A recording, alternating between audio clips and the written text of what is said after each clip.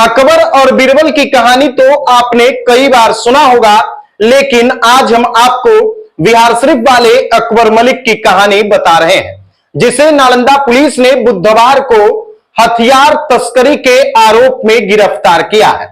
दरअसल आपको बताते चले कि नालंदा में पुलिस ने बुधवार की सुबह सुबह बिहार थाना क्षेत्र अंतर्गत बैगनाबाद मोहल्ले में अकबर मलिक के घर में छापेमारी करते हुए भारी मात्रा में हथियार और कारतूस बरामद किया था, जिसके बाद पुलिस ने अकबर मलिक को गिरफ्तार कर लिया था। अकबर मलिक की स्थानीय स्तर पर भूमाफिया के रूप में पहचान है और आज हम आपको इस वीडियो के माध्यम से बताएंगे कि आखिर एक साधारण सा व्यक्ति अकबर मलिक कैसे इतना बड़ा रसूखदार बना, कैसे उसने अपराध की दुनिया में कदम रखा और कैसे देखते ही देखते वह अपराध की दुनिया का बेताज बादशाह बन गया है।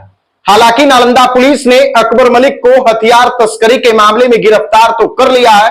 उसके पास से 8 हथियार और साथ ही साथ 967 गोलियां भी बरामद की है। लेकिन अकबर मलिक के अलावे जो उनके गिरोह या फिर उनके गैंग के गुर्गे हैं, वो अभी भी परिंदे की तरह घूम रहे हैं, आजाद होकर घूम रहे हैं। अब देखना यह है कि आखिर नालंदा पुलिस कब तक उनके गैंग या फिर उनके गुर्गों को गिरफ्तार कर पाती है। दरअसल बिहार थाना क्षेत्र अंतर्गत बैगनाबाद मोहल्ले के रहने वाले अकबर मलिक की कहानी कुछ अजीब सी है। 15 साल पहले अकबर मलिक बिहार से सीधे मुंबई चला गया था। कुछ काम करने के उद्देश्य से वह बिहार शरीफ को छोड़ दिया था। उसे उम्मीद थी कि बहमाया नगरी मुंबई में जाकर कुछ अपना रोजगार करेगा, व्यवसाय करेगा। और वहीं मुंबई कुर्ला वेस्ट में वह रहता था, जहां वह कुर्ला वेस्ट में अपना एक ऑफिस भी खोला था, जहां मलाड में वह अपना ऑफिस खोलकर कुछ रोजगार शुरू किया और उस ऑफिस में उसके द्वारा फर्जी तरीके से प्रमाण पत्र, फर्जी ड्राइविंग लाइसेंस एवं अन्य फर्जी कागजात बनाना शुरू कर दिया गया। साथ ही साथ वह फर्जी तरीके से लोगों को विदेश भी भेजना शुरू किया। और जैसे ही इस बात की जानकारी मलाड पुलिस को लगी, तत्पश्चात पुलिस के द्वारा उसके ऊपर एफआईआर दर्ज किया गया। लेकिन गिरफ्तार होने के पहले ही अकबर मलिक मुंबई को छोड़कर सीधे फिर से बिहार शरीफ आ गया। यानी 15 साल पहले जिस उम्मीद को लेकर यह माया नगरी मुंबई गया था, वहां इसकी उम्मीद पूरी नहीं हुई और वहां से मलाड पुलिस ने इसे खदेड़ दिया और फिर यह बिहार शरीफ पहुंच गया। और बिहार शरीफ में धीरे धीरे धीरे धीरे ये अपना जो है सो वर्चस्व कायम करना शुरू कर दिया। स्थानीय स्तर पर लोग इसे भूमाफिया के रूप में पहचानने लगे, अपराध की दुनिया का बेताज बादशाह मानना लगे। इतना ही नहीं, नालंदा पुलिस ने हथियार तस्करी के मामले में इसके घर से भारी मात्रा में हथियार और कारतूस को भी बरामद किया।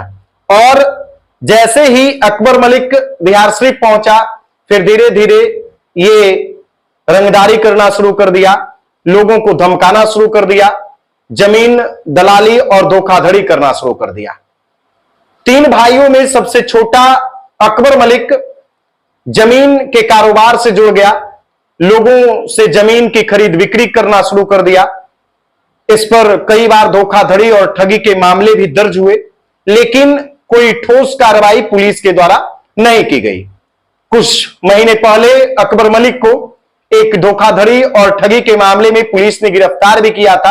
हालांकि न्यायालय से इसे जमानत मिल गई और जमानत मिलने के बाद फिर से वो वापस अपने काम में मस्त हो गया था और अपना काम फिर से शुरू कर दिया था। दरअसल आपको बताते चले कि अकबर मलिक जो है उस पर आर्म्स एक्ट, रंगदारी, ठगी, दंगा, हत्या का प्रयास समेत कई गंभीर आरोप है और पुलिस इस पर कोई ठोस कार्रवाई नहीं कर पाती थी। साथ ही साथ अकबर मलिक जो अपना जमीन का कारोबार कर रहा था, उसी कारोबार से जुड़कर सत्तारूढ़ दल के नेताओं और साथ ही साथ पुलिस के पदाधिकारियों से इसने अपना बेहतर संबंध बना लिया था और आज तक धोखाधड़ी या फिर अन्य मामलों में इस पर कोई कार्रवाई नहीं होती थी। देखिए, अकबर मलिक जमीन दलाली का काम करता था और अकबर मलिक को लोग भूमाफिया के रूप में जानते थे। इसका व्यवसाय यह था कि अगर किसी को जमीन रजिस्ट्री के नाम पर बयाना लिया, उसे रजिस्ट्री यह नहीं करता था और रजिस्ट्री नहीं करने के बाद उसे डराता था, धमकाता था, उसके ऊपर गोलीबारी करता था, अपने गुर्गों से उसके साथ मारपीट करवाता था और उसके बाद मामले को सॉर्ट आउट करता था। यानी कहते हैं ना कि जब आपके पाप का घड़ा भर जाएगा तो फिर जिस दिन ब्लास्ट करेगा उस दिन आपके पुराने पापों का भी हिसाब होगा। ठीक उसी प्रकार से अकबर मलिक के साथ हुआ। जैसा कि बुधवार के दिन सुबह सुबह नालंदा एसपी भारत सोनी के नेतृत्व में अकबर मलिक के घर पर कई थानों की पुलिस पहुंचती है और उसके घर की घेराबंदी की जाती है। उसके परिवार वाले, रिश्तेदार और अन्य लोगों के घर में भी छापेमारी होती है। लेकिन अकबर मलिक के घर से 8 विदेशी अत्याधुनिक हथियार बरामद होते हैं, 967 गोलियां बरामद होती है। उसके बाद पुलिस अकबर मलिक को गिरफ्तार करती है, लेकिन अभी तक इस मामले में उसके गुर्गों की गिरफ्तारी नहीं हुई है। पुलिस इस मामले का खुलासा नहीं कर पाई कि आखिर हथियार किस उद्देश्य से लाया गया था, इसका इस्तेमाल कहां होना था। बस नालंदा एसपी के द्वारा यह बताया गया कि जमीन का कारोबार करने वाले, धोखाधड़ी करने वाले एक अपराधी के बारे में पुलिस को सूचना मिली कि हथियार तस्करी हो रहा है और उसी सूचना पर पुलिस सुबह सुबह छापेमारी करने गई, जिसके बाद उसके घर से भारी मात्रा में हथियार और कारतूस बरामद हुआ था और पुलिस उसे गिरफ्तार कर पाई। अब सवाल यह उठता है कि आखिर अचानक इतनी बड़ी कार्रवाई क्यों करनी पड़ी। कई तरह के सवाल उठ रहे हैं, पूरे शहर में इस तरह का चर्चा है कि आखिर इतनी बड़ी कार्रवाई पुलिस को क्यों करनी पड़ी, आखिर किसके दबाव में या फिर किस कारण से। इतने दिनों से कई अपराध में शामिल अकबर मलिक पर इतनी बड़ी कार्रवाई क्यों नहीं हो रही थी, हर तरह से लोगों का सवाल है। दूसरा सवाल यह है कि विदेशों से मंगाया गया हथियार, यानी विदेशों से हथियार की तस्करी हो रही थी, बिहार शरीफ तक कैसे पहुंची, किस कारण से पहुंची, उसका इस्तेमाल कहां होने वाला था, इस बात का भी खुलासा अभी तक नहीं हो सका है कि आखिर उसका इस्तेमाल कहां होने वाला था, किस कारण से उसे मंगवाया गया था और कैसे मंगवाया जाता था।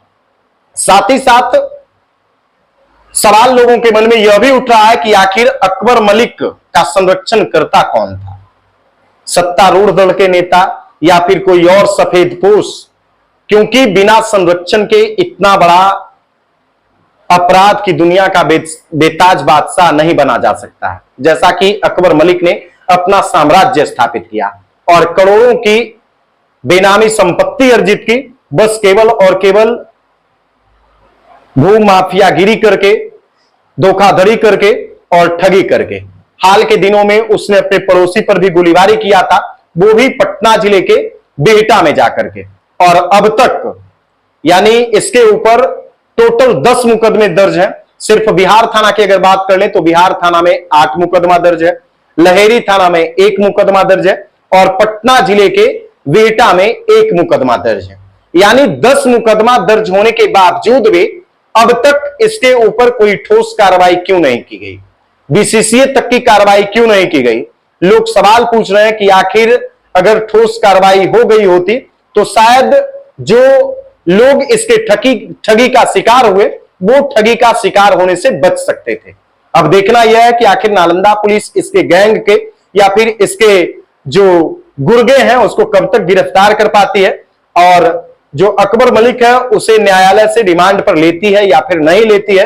अगर लेती है तो कब तक लेती है, क्योंकि अभी इस मामले में पुलिस को पूर्ण रूपेण अनुसंधान करना है कि आखिर विदेशों से हथियार क्यों आता था, किस लिए आता था, इसका इस्तेमाल कहां होना था। विस्फोटक तक बरामद हुआ है, यानी कहीं ना कहीं अगर पुलिस चाहे तो इस मामले में यूएपीए एक्ट भी लगा सकती है। बाकी आप लोग इस वीडियो के बारे में क्या कुछ सोचते हैं कमेंट बॉक्स में जरूर बताइएगा। अपराध की दुनिया के बेताज बादशाह अकबर मलिक के बारे में आप लोग क्या कुछ सोचते हैं, जो माया नगरी मुंबई पहुंचे थे और मुंबई से फिर वापस बिहार शरीफ पहुंच करके अपने धोखाधड़ी और जमीन माफियागिरी के कारोबार में लग गए, जिससे उन्होंने करोड़ों की बेनामी संपत्ति बनाई, कई लोगों को अपने ठगी का शिकार बनाया। तो आप लोग उसके बारे में क्या कुछ सोचते हैं, जहां से पुलिस ने 8 हथियार के साथ 967 गोलियां बरामद की, क्या इसके पीछे सफेद पोश है या नहीं है, अगर है तो कौन लोग हैं जो पर्दा पर नहीं आना चाह रहे हैं, पर्दे के पीछे कौन लोग शामिल है, आप लोग कमेंट करके जरूर बताइएगा। वीडियो को ज्यादा से ज्यादा लोगों तक शेयर कीजिए। वीडियो देखने के लिए धन्यवाद।